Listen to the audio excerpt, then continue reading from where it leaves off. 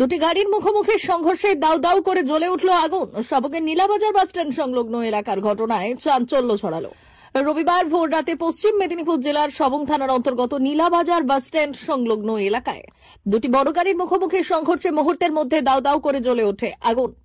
পুড়ে ছারখার হয়ে যায় একটি বড় কন্টেনার গাড়ি।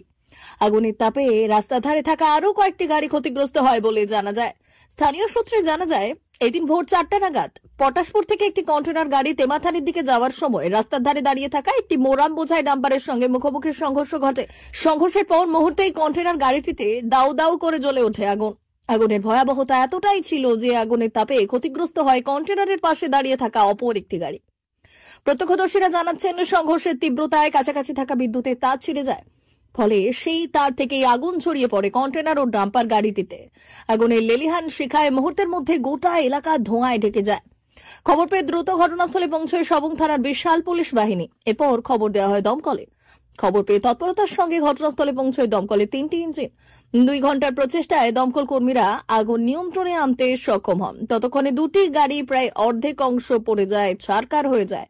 তবে দুর্ঘটনায় কোনো হতাহতের খবর পাওয়া যায়নি। কন্টেনারের গাড়ির চালক ও খালাসি পলাতক বলে জানা গিয়েছে।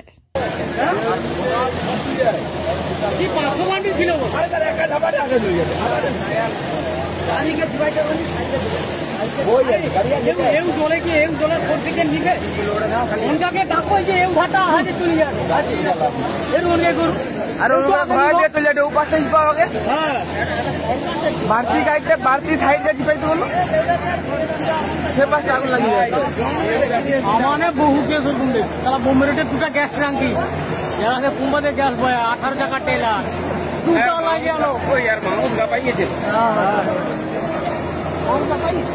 এত লম্বা মানে পাইয়ে দেব এই ধারে আগুন লাগতে লাগবে।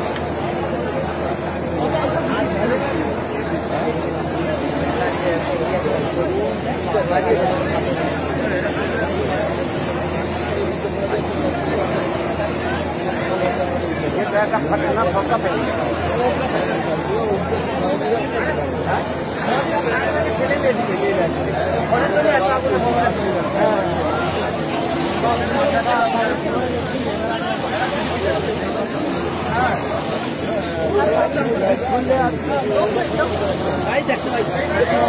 আগুন নাই